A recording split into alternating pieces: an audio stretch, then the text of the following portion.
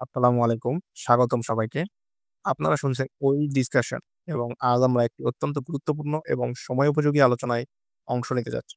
আমাদের মূল প্রশ্ন হলো ভোটের প্রকৃত মূল্য কোথায়? ভোট মানে শুধু একটি ব্যালট বাক্স কাগজ ফেলা নয়, এটি হলো মানুষের মত প্রকাশ। একটি রাষ্ট্র পরিচালনার জন্য কণ্ঠস্বর দেওয়া। কিন্তু এই কণ্ঠস্বর কতটা কার্যকর? আজ আমরা আলোচনা করব পিয়া অর্থাৎ প্রফেশনাল রিপ্রেজেন্টেশন নির্বাচন পদ্ধতি, যা বিশ্বের বহু দেশে কার্যকর এবং বাংলাদেশের মতো দেশে সম্ভবত একটি সময়োপযোগী পদ্ধতি। অসাধারণ সূচনা ওমর। সত্যি আমরা ভোট দিচ্ছি প্রতি ৫ বছর পর, পর। কিন্তু সেই ভোটের প্রতিফলন কি আমাদের সংসদে, আমাদের রাজনীতিতে প্রতিফলিত হচ্ছে? ভোটের একটি বড় অংশ নষ্ট ভোটে পরিণত হয়, যা গণতন্ত্রের আত্মা ক্ষুণ্ণ করে। আজ আমরা পিআর পদ্ধতি কি, কিভাবে কাজ করে, বাংলাদেশের ৫৩ বছরের নির্বাচনী ইতিহাসের প্রয়োজনীয়তা কতটা প্রকট, আর রাজনৈতিক দলগুলো এর পক্ষে বা বিপক্ষে কেমন, সব বিশ্লেষণ করব ইনশাআল্লাহ। পিআর বা আনুপাতিক প্রতিনিধিত্ব পদ্ধতি হলো এমন একটি নির্বাচন ব্যবস্থা যেখানে জনগণের ভোটের অনুপাতে রাজনৈতিক দলগুলোর আসন সংখ্যা নির্ধারণ হয়।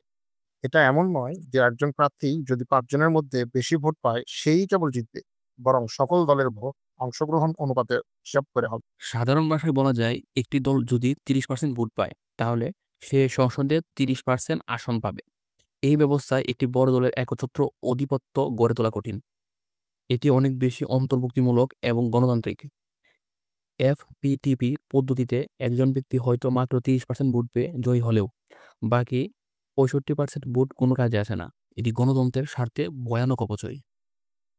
এই পিআর পদ্ধতি বিভিন্ন দেশে বিভিন্নভাবে প্রয়োগ হয়। যেমন কিছু দেশে শুধুমাত্র দলকেই ভোট দেওয়া হয়, আবার কিছু দেশে মিক্সড মেম্বার প্রফেশনাল এমএমপি পদ্ধতি আছে, যেখানে ভোটার ব্যক্তি এবং দল দুজনকেই ভোট দেয়।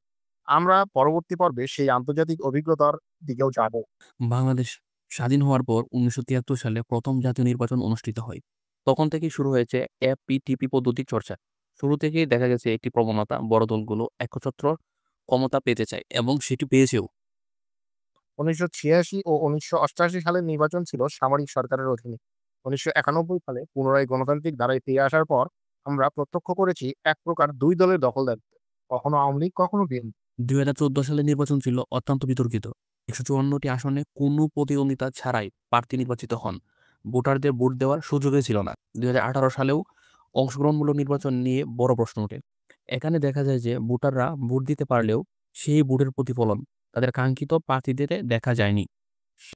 এই প্রেক্ষাপটে প্রশ্ন ওঠে যে এফপিটিপি ব্যবস্থা এটা কি আমাদের দেশে কার্যকর, নাকি একটা নতুন অংশগ্রহণমুখী ন্যায়সঙ্গত পদ্ধতির প্রয়োজন? এবং এই প্রশ্নের উত্তরই আসে পিআর পদ্ধতি। পিআর পদ্ধতি আনলে কি হতে পারে? জনমতের প্রকৃত প্রতিফলন হবে? ভোটারদের ভরসা ফিরে আসবে? ছোট দল, সংখ্যালঘু, নারীদের প্রতিনিধিত্ব নিশ্চিত হবে? রাজনৈতিক প্রতিযোগিতা বাড়বে, সহনশীলতা তৈরি হবে। ধরুন একজন আদিবাসী সম্প্রদায়ের দল ৫% ভোট পেল। বর্তমান ব্যবস্থায় তারা একটি আসনও পায় না, কিন্তু পিআর ব্যবস্থায় তারা অন্তত ৫% আসন পাবে এবং সংসদে নিজের অবস্থান জানাতে পারবে। গণতন্ত্র মানেই সবাইকে প্রতিনিধিত্ব দেওয়া। পিআর পদ্ধতিতে আপনি এককভাবে শাসন করতে পারবেন না, সবাইকে নিয়ে কাজ করতে হবে। পিআর পদ্ধতির অনেক সুবিধা আছে, কিন্তু কিছু বাস্তব চ্যালেঞ্জও আছে। চলুন আগে সুবিধাগুলোর দিকে তাকাই। প্রতিটি ভোটের গুরুত্ব থাকে। ছোট দলের রাজনীতি সহজ হয়, গণতন্ত্র আরও অন্তর্ভুক্তিমূলক হয়, নির্বাচনী সহিংসতা কমে। তবে কিন্তু অসুবিধাও রয়েছে। যেমন জোট সরকার বাধ্যতামূলক হয়, অনেক সময় সিদ্ধান্ত নিতে দেরি হয়। ছোট দলগুলো ব্ল্যাকমেইল করতে পারে বড় দলগুলোকে। ভোটারদের জন্য সিস্টেম কিছুটা জটিল হতে পারে শুরুতে, তবে আস্তে আস্তে ঠিক হয়ে যায়। হ্যাঁ, তবে এসব সমস্যা ঠিক করা যায় যদি কাঠামো ঠিকঠাক হয়, প্রযুক্তি ব্যবহার হয়, দলগুলো সদিচ্ছা থাকে। পিয়ার পদ্ধতি বিশ্বের অনেক দেশেই ব্যবহার হয়। যেমন জার্মানি। জার্মানিতে মিক্স পিয়ার ব্যবস্থায় সরকার গঠন জোট বাধ্যতামূলক, কিন্তু রাষ্ট্র অত্যন্ত স্থিতিশীল। নিউজিল্যান্ড ১৯৯৬ থেকে পিয়ার ব্যবস্থায় ভোট হচ্ছে, অংশগ্রহণ বেড়েছে, জনমতের প্রতিফলন এসেছে। নরওয়ে, সুইডেন, ডেনমার্ক সম্পূর্ণ পিয়ার ভিত্তিক নির্বাচন ব্যবস্থা, রাজনৈতিক সহনশীলতা খুবই বেশি। ইসরায়েল পুরোপুরি পিয়ার ব্যবস্থা, যদিও রাজনৈতিক অস্থিরতা রয়েছে কারণ ছোট দলগুলোর চাপ বেশি থাকে। নেপাল নতুন সংবিধানে পিয়ার অন্তর্ভুক্ত সংখ্যালঘু ও দলিতদের অংশগ্রহণ নিশ্চিত। এই দেশগুলো আমাদের শেখাচ্ছে যে রাজনৈতিক সদিচ্ছা থাকলে এবং কাঠামো ঠিক থাকলে পিআর পদ্ধতি একটি শক্তিশালী গণতন্ত্র গড়ে তুলতে পারে। প্রশ্ন আসে রাজনৈতিক দলগুলো পিয়ার পদ্ধতির প্রতি কেমন দৃষ্টিভঙ্গি রাখে। আওয়ামী লীগ সরকারি দল থেকে তারা আপাতত পিআর নিয়ে খুব একটা আগ্রহী দেখায়নি। বিএনপি মুখে পিআর এর কথা বললেও বাস্তবে এফটিপি তে তারা আরো সুবিধা পায় বলেই এটাতে থেকে যেতে চায়।